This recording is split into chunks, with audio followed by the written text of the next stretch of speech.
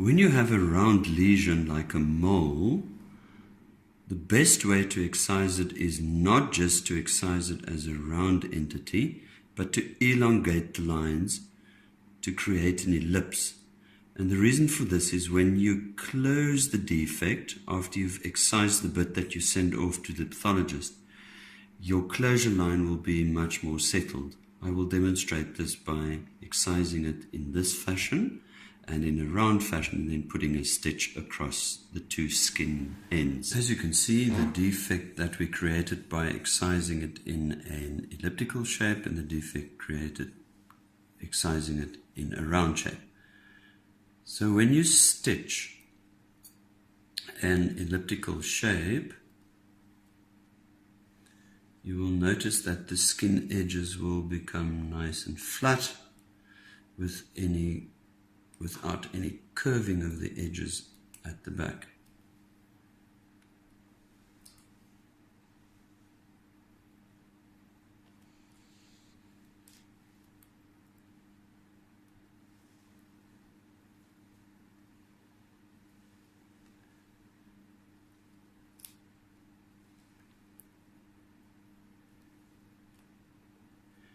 What we will do now is add additional stitches there and there, but the line would remain flat and the edges would not kick up. So it will be a flat, slightly longer scar.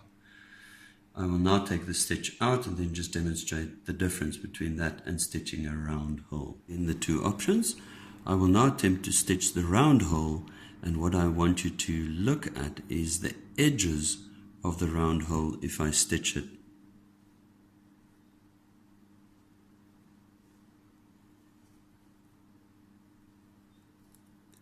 They tend to kick up and cause what we call a dog ear, or an upwards irregularity.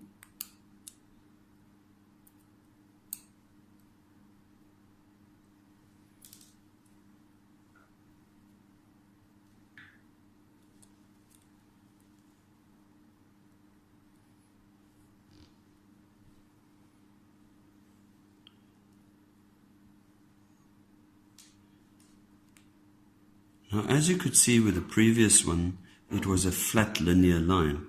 What normally happens in a case like this is that the edges would pucker up, as you can see, creating a depression in the middle and an elevated edge. Therefore, one would always elongate. That would give you a flat and controllable scar.